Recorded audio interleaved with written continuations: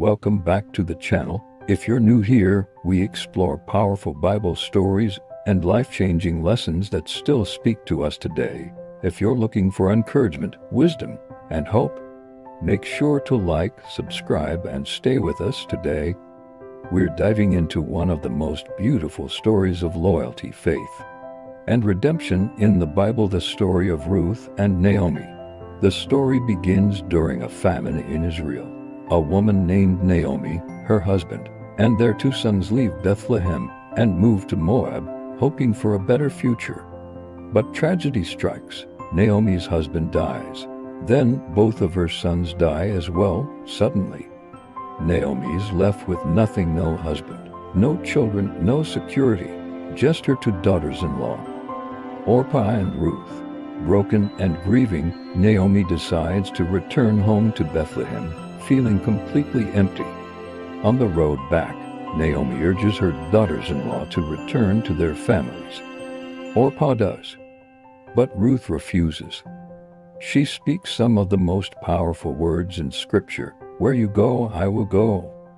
Where you stay, I will stay. Your people will be my people, and your God, my God." Ruth wasn't just choosing Naomi. She was choosing faith. She was choosing loyalty. She was choosing God without knowing how the story would end. When they arrive in Bethlehem, Naomi is still grieving. She even says, "Don't call me Naomi, call me Mara," which means bitter. But while Naomi feels empty, God is quietly at work. Ruth goes out to glean in the fields just to provide food. It wasn't glamorous or easy.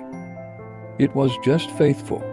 And she happens to end up in the field of a man named Boaz, a kind and honorable relative. What looks like coincidence is actually God's providence. Boaz notices Ruth's character, her humility, and her loyalty to Naomi. He protects her, provides for her, and eventually becomes her kinsman redeemer. Boaz marries Ruth, and Naomi, who once felt so empty, now holds their son, Obed, in her arms. And here's the incredible part. Obed becomes the grandfather of King David. Generations later, from this same family line comes Jesus Christ. What started with loss ended in a world-changing legacy. The story of Ruth and Naomi reminds us that God is still working. Even when we can't see it, your faithfulness in hard seasons matters. Your obedience in small moments matters. Your loyalty, your courage, your trust in God, it all matters.